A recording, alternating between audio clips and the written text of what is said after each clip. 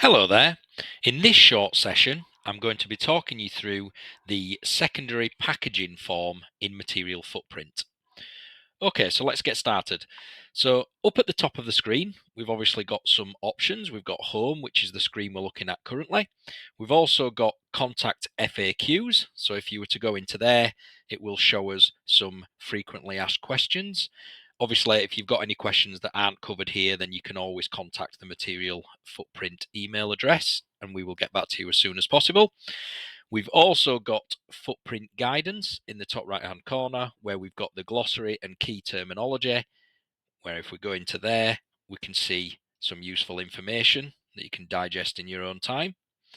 We've also got access to intro and training. So there is a webinar in there that you can watch from a previous session. And there's also a version 1 training video for Material Footprint as a whole. Okay, so what we're going to do first of all is we're going to go into supplier inbox. And in here, we're going to talk about our inbox cases. Okay, so first of all, at the top, we can see we've got a bit of a key here in terms of on time, at risk, and overdue. So any cases that are sat in your inbox will automatically default to on time with the green icon. After 7 days, it will transition into the orange icon, which is at risk. And then after a further 7 days, it will transition to red, which is then overdue. So please prioritize the at-risk and overdue cases.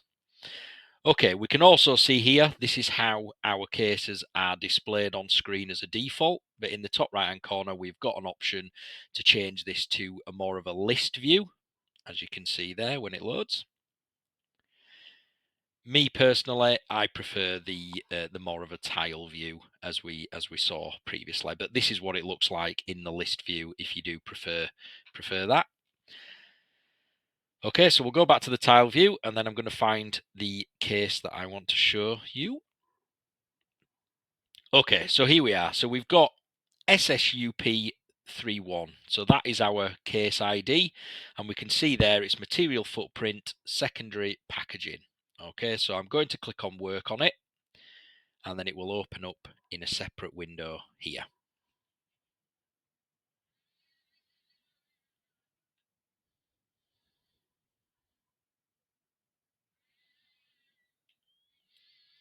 Okay, so first of all, I'm just going to close down these sections just so it's a bit easier for us to digest.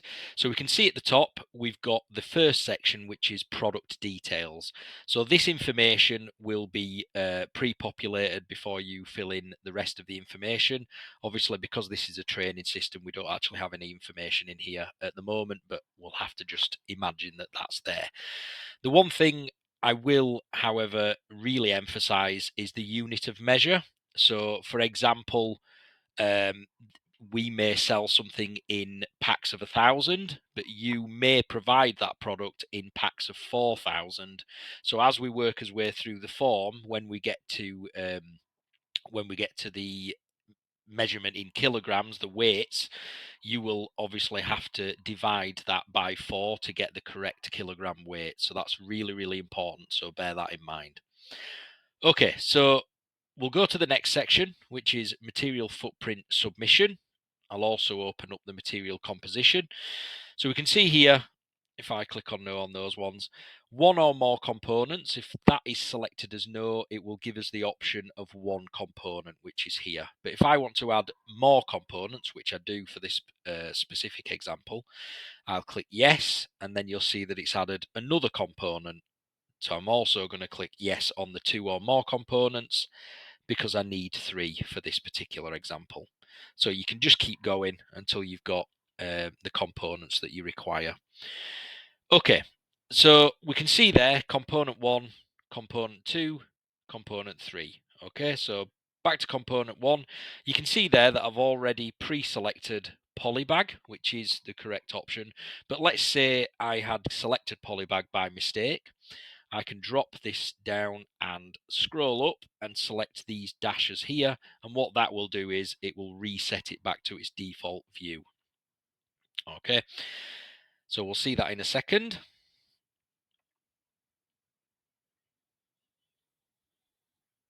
Okay, so there we can see as a default we get the option for plastic content, paper/board content, or other material. So if I was to select polybag again, here we go, it will get rid of the other two options because obviously one component we only want one option. Okay, so let's work our way through the information that we need to enter for this particular example then. So we can see polybag. Obviously, anything that has got red next to it, that denotes a mandatory field, so you won't be able to proceed without filling that information in. So you can see here that the only one that isn't mandatory is the C1 or component 1 micron.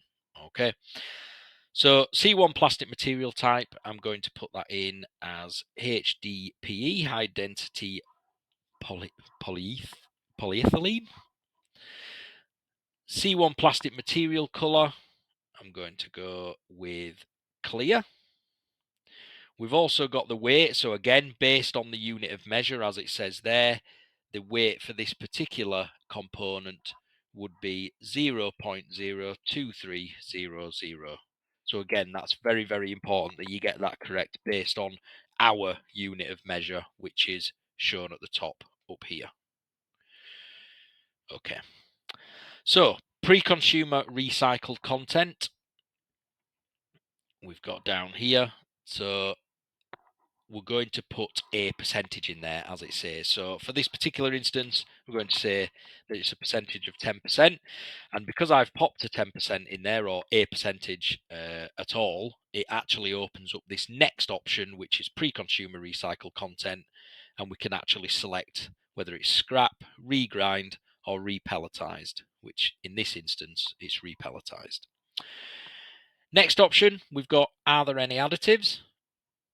Let's drop that down and we're going to say no in this particular instance. Obviously, if there are additives, you can click yes.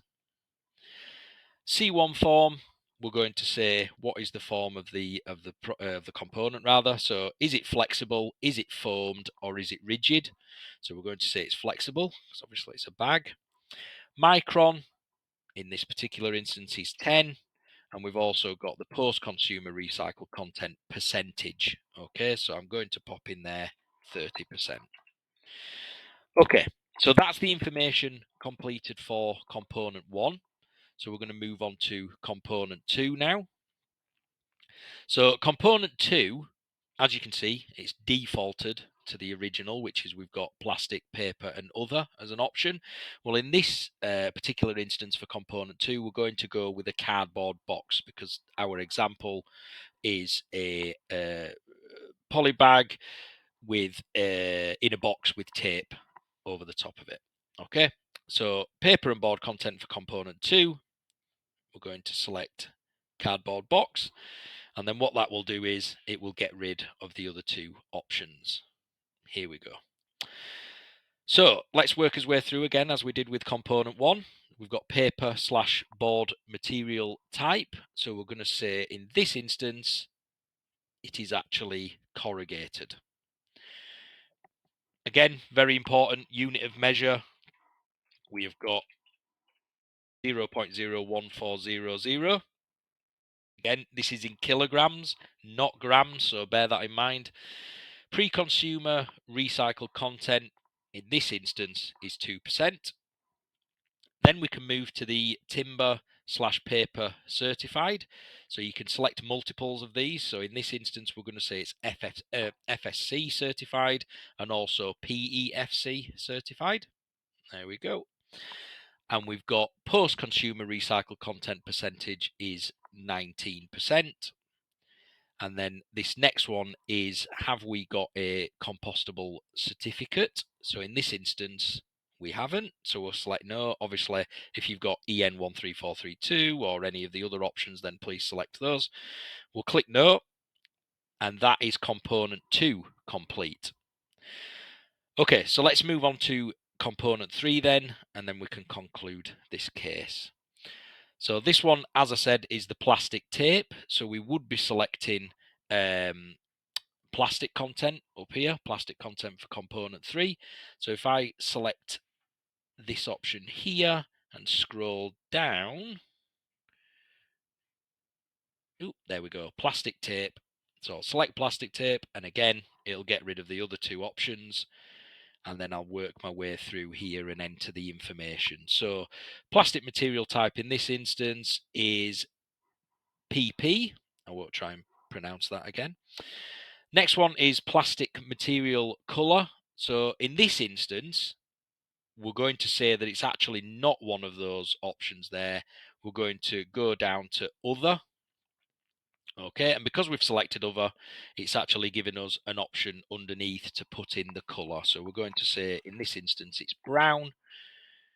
Again, I know I sound like I'm repeating myself, but the kilograms based on our unit of measure is very important, so bear that in mind. 0.00210 kilograms. Pre-consumer recycled content in this instance is 0%. Are there any additives? The answer for this one is no. C3 form. So what form does it take? Obviously, it is flexible again because it's tape. Micron, we can leave blank in this instance because it's not applicable. And then finally, we're going to pop 0% into the post-consumer recycled content percentage. Okay, so at this point, we've filled in all our components. You can go back and check, and I would really, really recommend you do that just to make sure that all the information is correct. Once you're happy with that, we can then move down to the final section, which is the declaration. So you're certifying that the information that you've provided is true, accurate, and complete. So please bear that in mind. So you would pop your name in there. That's my name. So I'll pop that in there, and then I would click Submit Data to Bunzl. Once you've done that, we will receive it at our end, and we will go through that information and check that it's correct. If you don't hear anything back from us, it's safe to assume that all that information is right. If it isn't right, or we need some more information, we will either contact you, or we can send the case back to you and it will reappear in your inbox for you to action. When you go back into that case, there will be a section at the top, so above the product details section, that will have any notes in there saying what the issue is, what information we might require. You can either reply to that by entering some information in the box below, or you can change all the details that we've asked you to change, or update any pieces of information, and then resubmit. And then again, it'll just go through the same process. So I'll submit data to Bunzl. Tell me to wait a moment. And there you go. It will give you a submission review. All the information that you've entered will be on screen. And that is it finished. So again, if you've got any questions about this process, please visit the FAQs. But if not, contact the mailbox and someone will be in touch with you shortly. But thank you very much for watching. I hope that was helpful. Thank you. Bye-bye.